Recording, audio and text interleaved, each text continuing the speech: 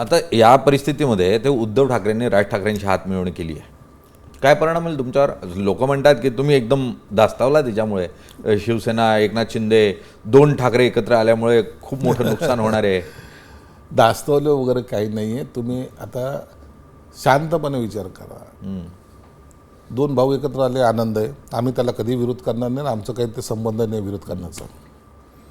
काँग्रेस काय करेल, राष्ट्रवादी काय करेल, हा प्रश्न कधीतरी विचारा ना. विचारला आम्ही त्यांना. ते म्हटलं आम्ही इंडिया आघाडीबरोबर राहू, महापालिकेत काय करायचं ते आम्ही ठरवू, महापालिकेत वेगवेगळे जाऊ शकतो. हां, याचा अर्थ ते आता काँग्रेस राष्ट्रवादीवर राहणार नाही हे निश्चित झालेलं आहे. आता प्रश्न असा आहे, जी मनसे 20 वर्षापासून एकाकी लढते, त्यांचे कार्यकर्ते काही का असताना या मुंबई महानगरमध्ये मुंबईपुरतं जरी म्हणलं तर ते आक्रमकतेने त्यांनी वर्चस्व थोडंसं कायम ठेवलेलं आहे, मान्य करावं लागेल. आता त्यांना न्याय द्यायचा टाईम आलेला आहे. तो मिळेल का? मिळाला तर आनंद, नाही मिळालं तर काय होईल? मग ते पहिलेच आक्रमक आहेत, बाकीचे तर शांत आहेत.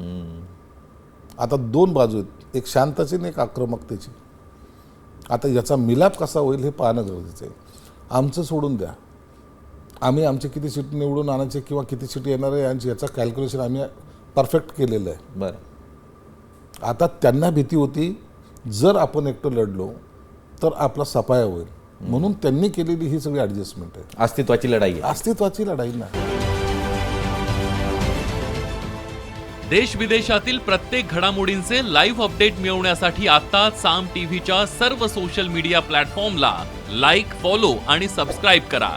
तसंच सर्व नोटिफिकेशनसाठी बेल आयकॉन प्रेस करायला विसरू नका.